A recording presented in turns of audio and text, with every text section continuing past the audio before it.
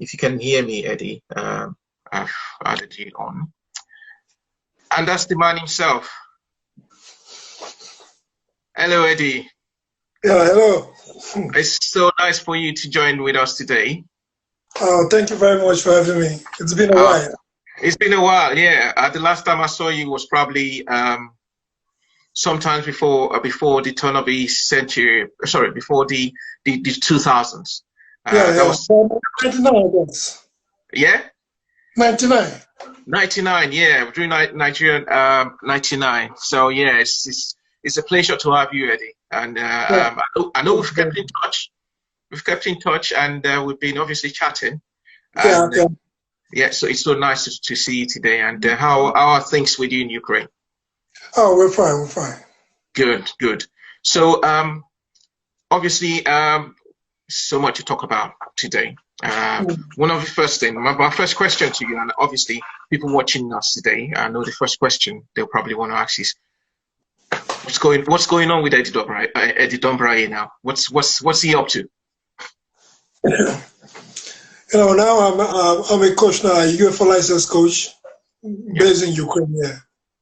Okay. So I work with Arsenal Kiev, but I work with the youth team.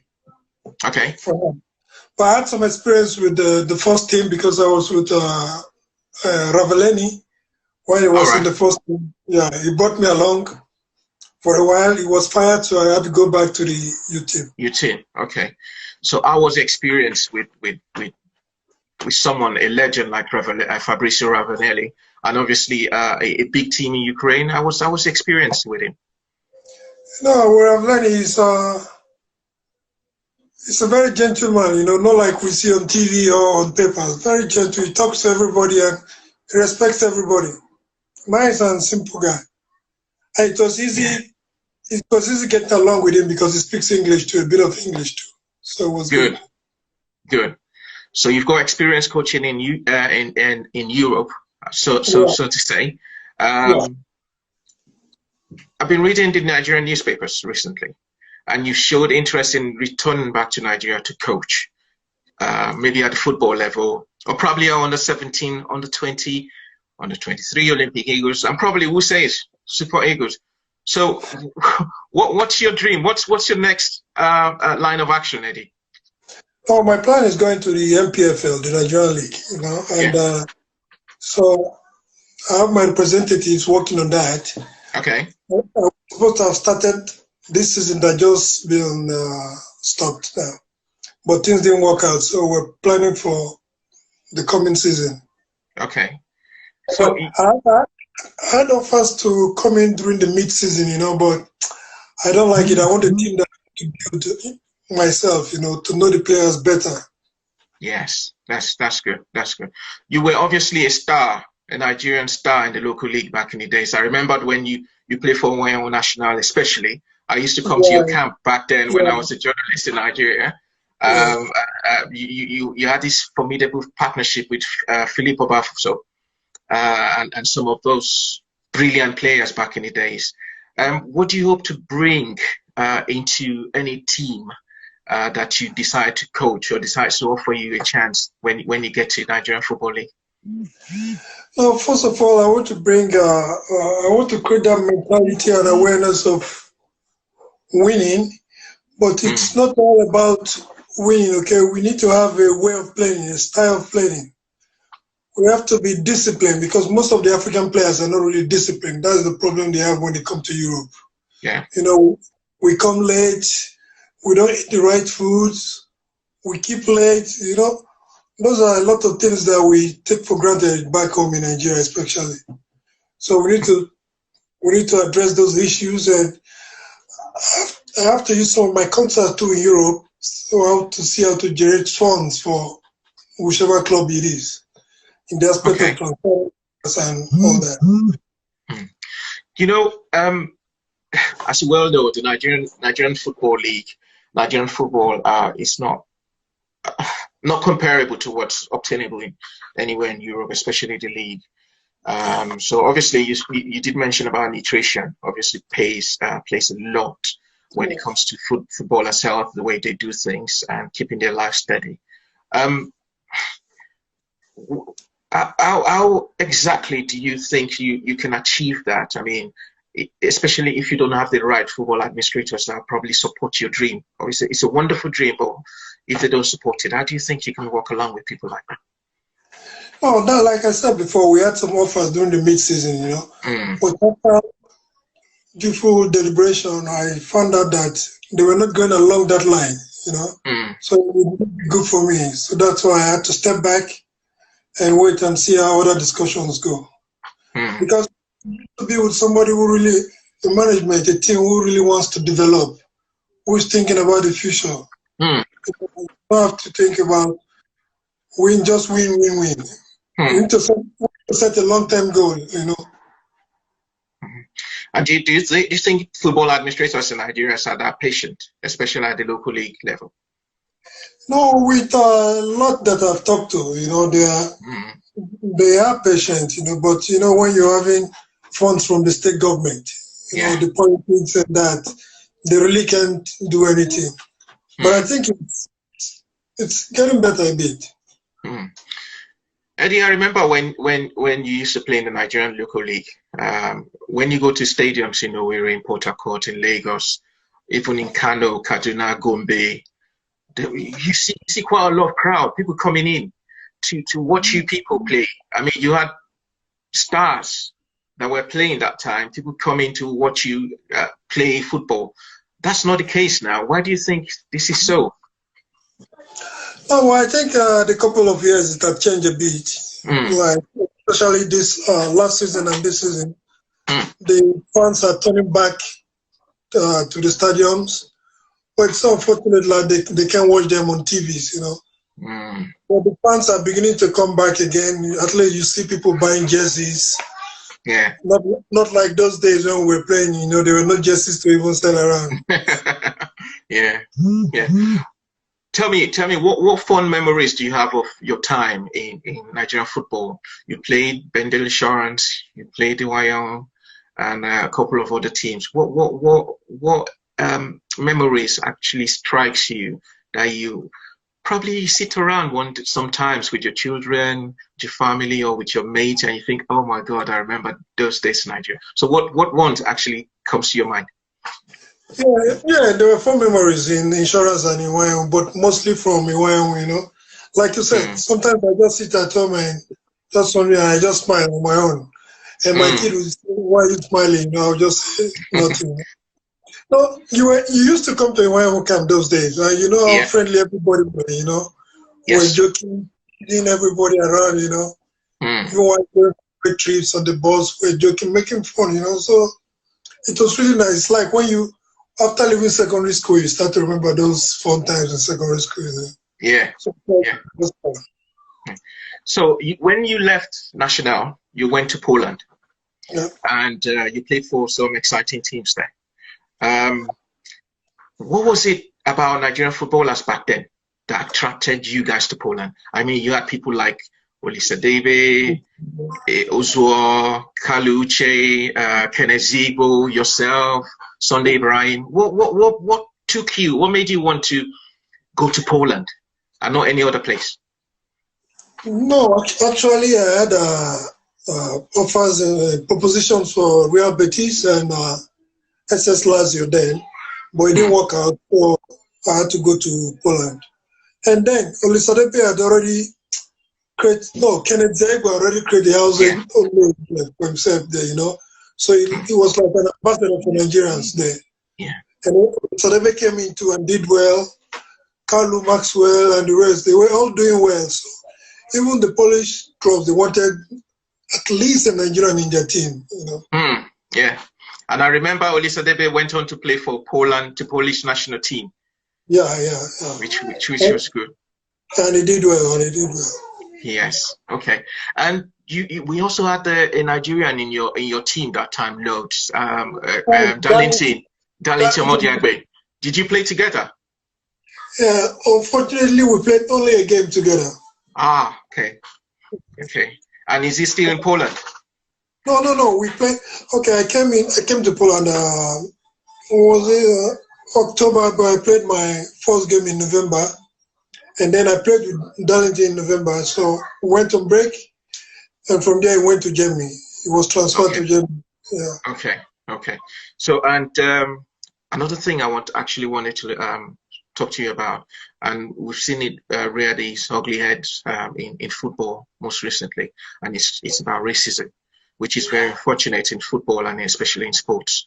A lot of people thought that time you were going to Poland, then from Poland you moved to Ukraine.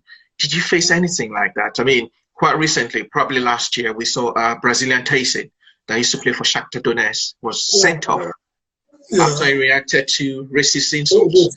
So did you experience that? Did you experience that at all? No, personally in Ukraine I did not. Personally I did not, but I know a lot of people who do experience it. Yeah, but in Poland, once I was shown banana, those days. I was shown banana. But the thing was that my coach had already told me that stadium is very hostile to Black African players. So I should not mind whatever they're going to say. So it really didn't bother me. But it's very bad. And I think FIFA is not doing enough, and UEFA is not doing enough to curb this racism. Okay, all right. And I want to take you from Poland back to Nigeria, and to Nigeria '99, especially. What happened during Nigeria '99? I want to hear from the Aussie's mouth now. How did you go wrong? Honestly, it's really, you can't really pinpoint one thing that went wrong, because we had like a star-studded team. Individually, we were good. But as a team, we were zero. As a team, we were zero. I think, first of all, okay, I did wrong. I performed badly.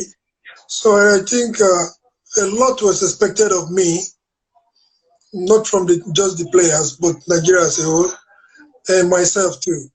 So when I joined them in camp, I think everybody were happy, and the feeling in camp was like, oh, Eddie is here, he will add something to the team, and I didn't. And we took our first game for granted, maybe because of too much confidence, because they were Costa Rica. We were like, oh, Costa Rica and Lagos, Actually, honestly, we were already thinking of Germany, the second game. We were not thinking about the first game, Costa Rica. We were emphasizing more on Germany. Yeah. So when Costa Rica game came, it was like a shock. We had to fight back, it was a shock for us. And even after winning against Germany, the confidence was lacking then. The confidence was lacking. And this had to be like changed with, what's his name? A Bonfrey job. It has to be changed with Bonfrey job. So, yeah. So that experience, how quick was it for you to banish that experience? Because like you said, a lot of Nigerians expect a lot from you guys as a team, not just you personally. Well, you personally, and obviously the team as a whole. So how quickly was it for you to, just banish that and just concentrate on your football? No, I will tell you, I still haven't banished it. I still haven't. Because, once in a while I just look and, those are really, really bad memory. Especially when you have the opportunity to represent your home country, and you're in front of them, it's really hard. And it took me a while even to report to my camp after the tournament. It took me about a month to report back to Poland. They were angry. I was kind of sick psychologically, I was not like I was sick, but psychologically I was not feeling okay. So it took me like a month before I resumed to Poland. Okay. All right. Yomi, my colleague, just asked what your experience was with national team coaches. All these coaches you've worked with in Nigeria. What was your experience with them? Which one actually did you learn so much from, especially? And now that you want to be a coach? No, I played only one game with the Super Eagles, so it was under Chaibu Amadu, late Chaibu Amadu. Yeah. And okay. What was his name? Bonfrey was there too. Bonfrey Joe was there too. Yeah. And Tunde Dusu in the under 23 camp, under 21 camp. 21 camp, yeah.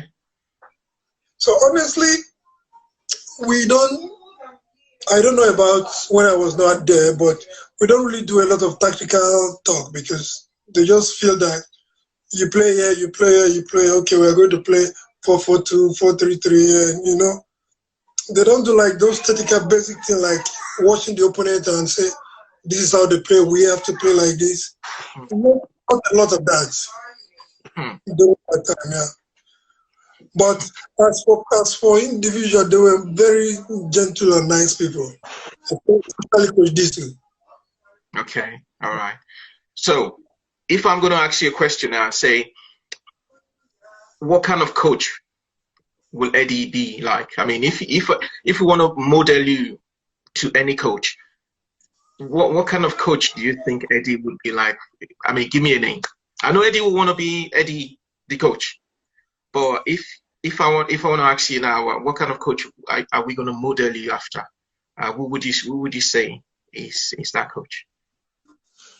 Actually, it has to be like Eddy, in his Exactly. own way. Yeah.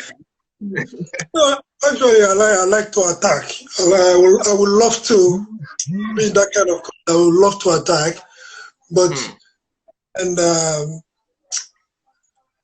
like that kind of style, they call it like drum and bass. Like what Liverpool is playing. You understand? You play as a unit. You want to play as a unit. I'm not a fan of this too much ball possession. 70-30. At the end of the day, is 0-0. That's not. Of course, we see a lot of ball possession games like that, 80-20, at the end of the game, you lose. No, I want to be a mix of it all, a bit of this, a bit of that, but focusing more on attacking. So, in other words, you want to be like Jurgen Klopp? A bit of that and like a bit of more, what's his name? Pep Guardiola, because Mourinho. No, Pep Guardiola. Pep Guardiola, because I would want players who knows how to use the ball in my team. I want the players who knows how to use the ball, even the flank defenders, the wing backs, I want them to be able to use the ball. That will give the midfielders and the attackers more options in attacking. Now, you see a player like Fernandinho from Man City. Yeah, he was an offensive midfielder before when he was playing Ukraine. So he can play as an offensive midfielder, as a defensive midfielder, as a central defender too. So those are the kind of players I want in my team. That are flexible.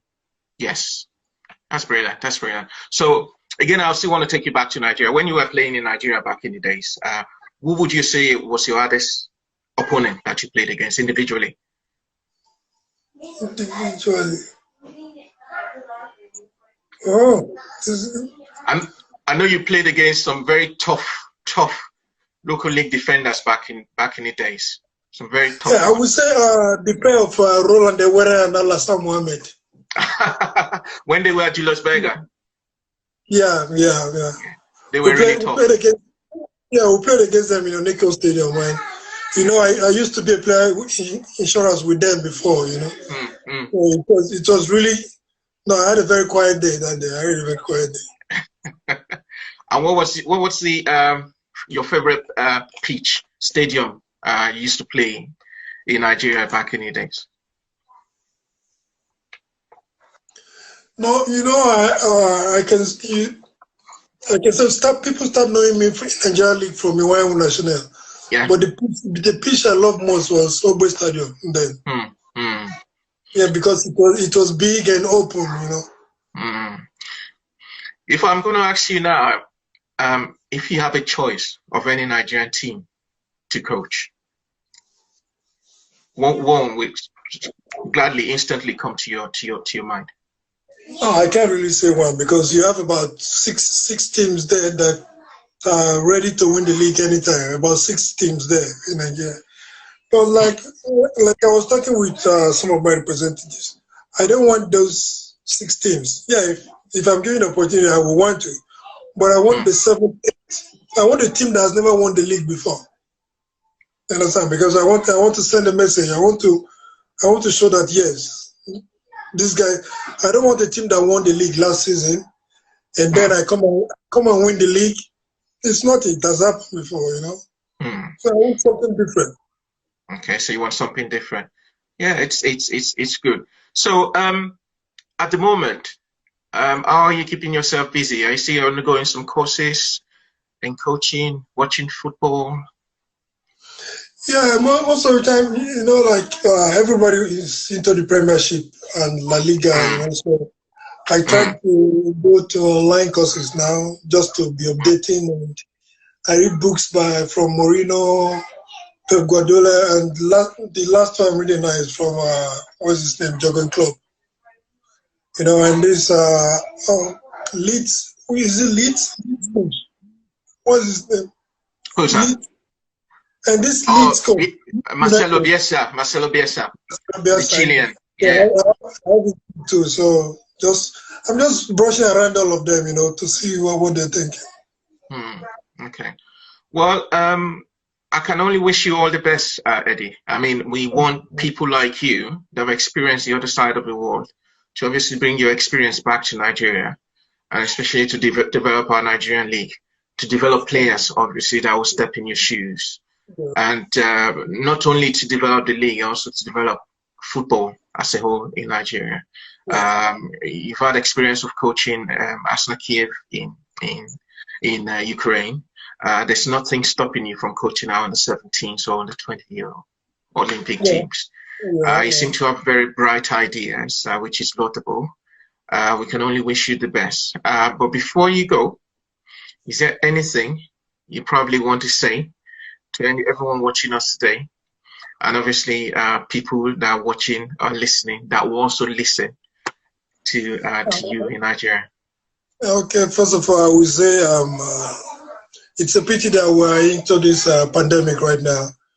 But I want to say let's keep hope and let's stand together as one, because we cannot do it individually. We have to be as one to be able to overcome it. And we should try and stay at home like what the government has said, so that we will not be able to curtail it. And a big shout out to the medical staffs all over the world, because they've done a very marvelous job. Sure. Yeah. Big shout out to them. And you guys too, the journalists, the press covering all this too. Thank you all. Thank you. Before I leave you, Eddie, is there anyone in the family that's going to be another Eddy Dombraye in the future that's going to probably play for Flying Eagles or the Super Eagles? Or are you thinking of them playing for another country? I don't know, but my little kid is just 3 years, but my first boy is 18 and he's into volleyball. Okay. So, and is he going to play for Nigeria at some point? Yeah, I don't know, because he has already been invited for the youth championship last year in Dubai for Nigeria, but his club refused to allow him go. So we're still thinking about it. We want him to concentrate on his club game first. That's very good. Eddie, thank you so much. Before you go, Yomi has just sent a question. I say, how do you think we can make the NPFL, that's the Nigerian League, more attractive to fans? How do you think? First of all, we have to play. The clubs need to play good football, and the clubs need to come out with things, things they do like in Europe, like in fan zones, create fan zones like that. We give out gifts sometimes, like jerseys, souvenirs, a lot of things are there to do to attract the fans. First of all, it's playing good football. You have to win to be able to attract people. And then you create a fan zone to make people happy, have fun, because in Nigeria, the leagues are played on Sunday. Yeah. On Sunday. So everybody has to come out after church to come and relax. Okay. Thank you, Eddie. Top man. We would obviously catch up with you in future and wish you all the very best. All the very best, yeah? Thank you very much. Thank you, top man.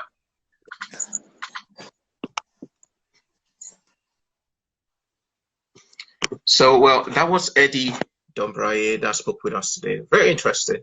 And I'm going to get my colleague, sorry about that. I'm going to get my colleague Yomi to join us. It's beautiful to talk to Eddy. I've known Eddy now for quite a long time. We've come way back. So I've known him whilst he was Ben Insurance, Wire National. Obviously heard him when he said I used to come to their camp to cover stories for the Nigerian local league back in the day. So we can only wish him well. He seems to have some beautiful ideas of how to develop football, especially the coaching side. Obviously, we want him. He probably want to leave the administration and management per se to whoever does that, but the coaching, he is willing to take charge. So we wish him all the very best. Whatever team he coaches next, we hope, like he said, when he becomes a Nigerian Football League champion, we would be able to call him again to come and speak to us.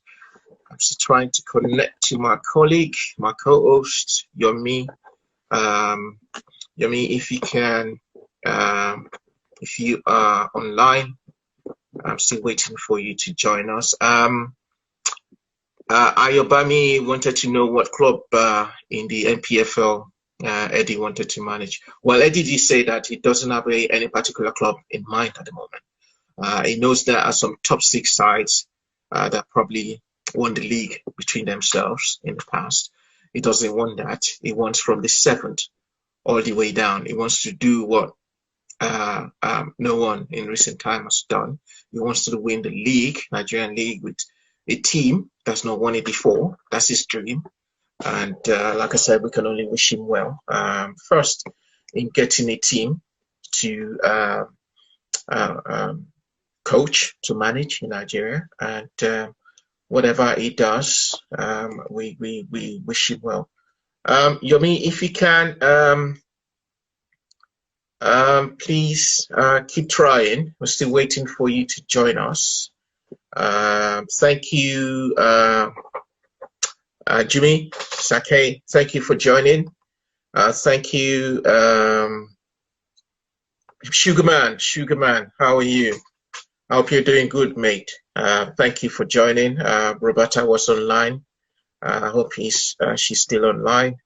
Thank you for all the other guys that have joined in. We just had Eddy Dombraye talking about his time in Poland, in Ukraine, and obviously in the Nigerian local league.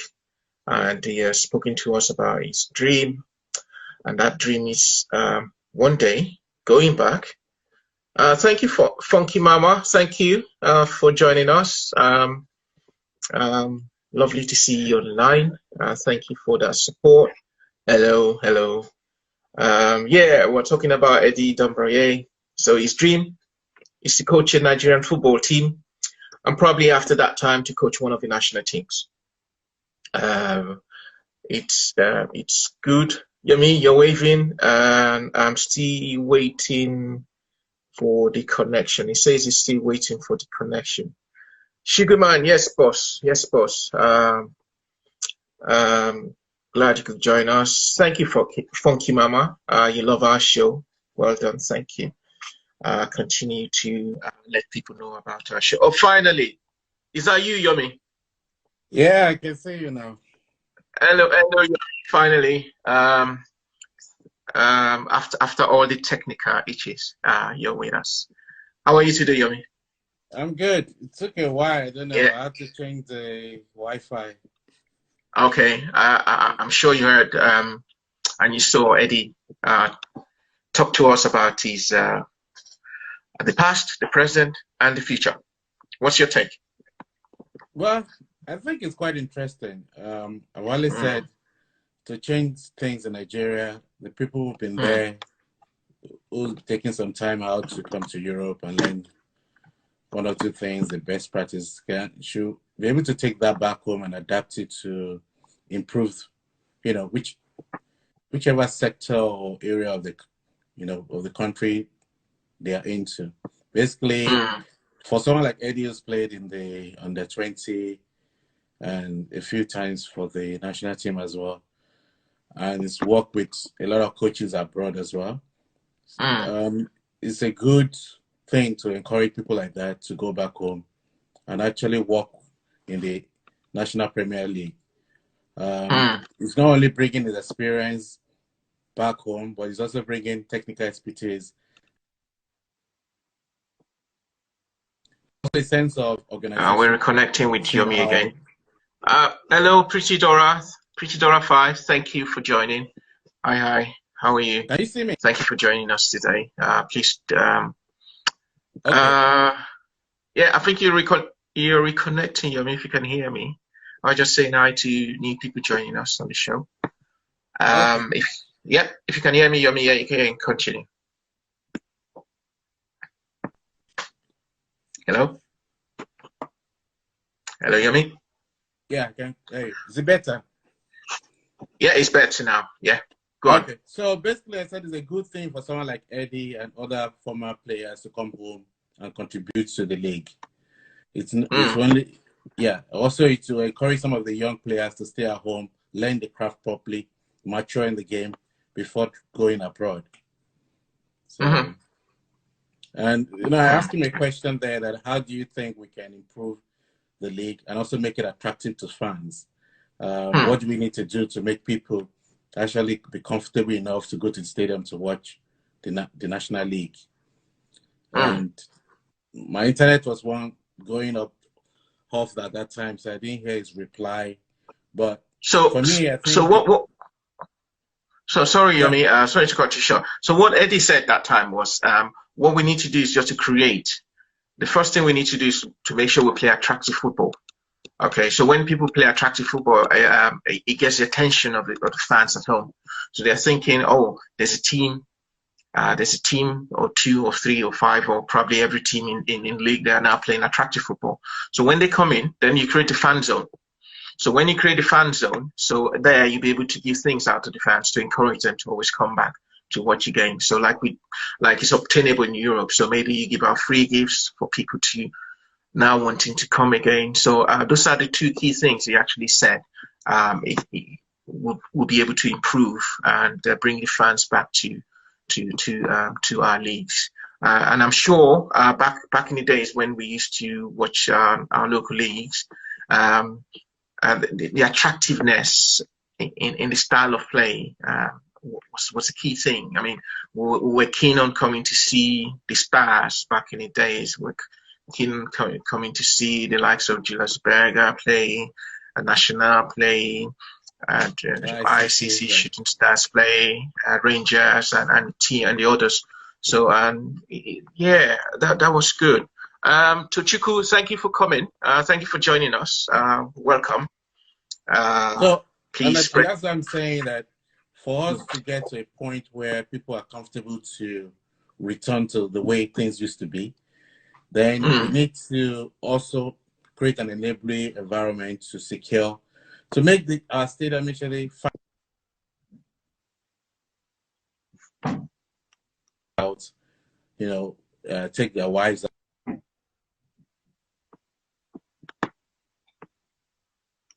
Natiriri, thank you for joining. Welcome to our show. You're back. Yeah, okay. So, yeah, Natiriri, thank you for joining.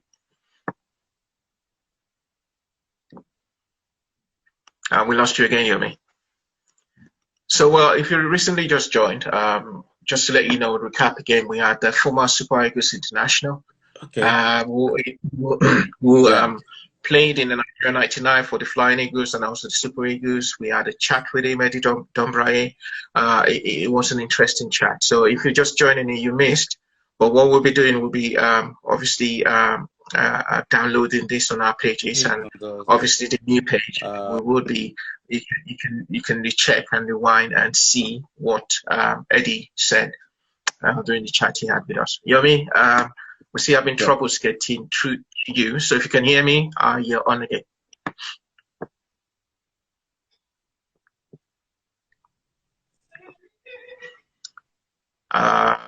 Still having troubles getting through to Yomi. Yomi, if you can hear me, if you don't mind, could you probably try to reconnect, because we cannot hear you and we've also lost visuals to you. Thank you again for joining. We've had an exciting time today. We've had Eddy Dombraye, who obviously is actually no relation to the former Nigerian Super Eagles. Sorry, former Green Eagles before Super Eagles star Josie Dombraye, who incidentally is also from Port Harcourt. So Eddy spoke to us today about his time with in the Nigerian local league, his time in Poland, his time in Ukraine, and the people he has coached under, and obviously his foray into coaching in Ukraine. It was an exciting watch, and it was also said at the moment he's looking to start coaching in the Nigerian league.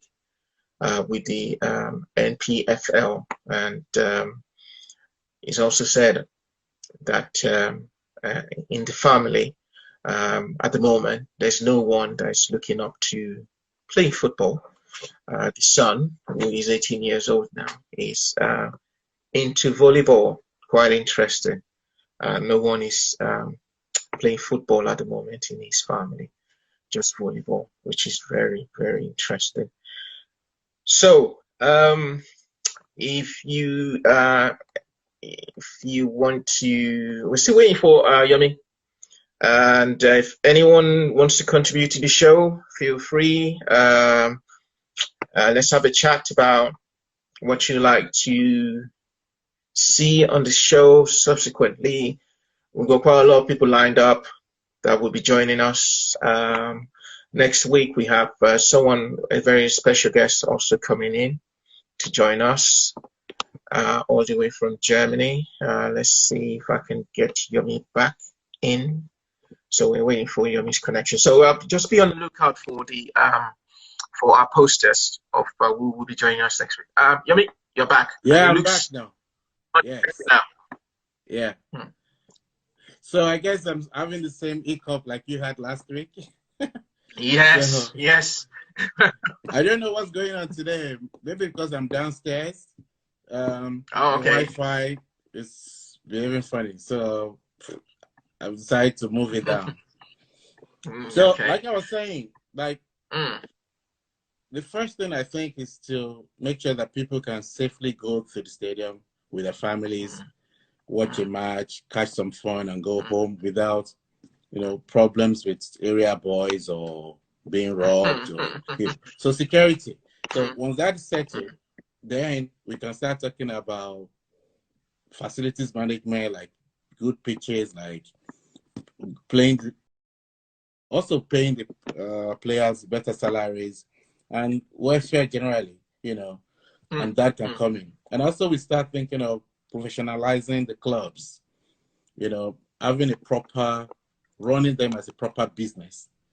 Like you said last week, also taking out the government, the state government and the governors from the clubs. And I think with that, we'll start seeing better results. And maybe a lot of our ex-players will now see the viable option to, even before they finish their, the last legs of their careers, they can actually come home and contribute. I remember Yekini came and played for a season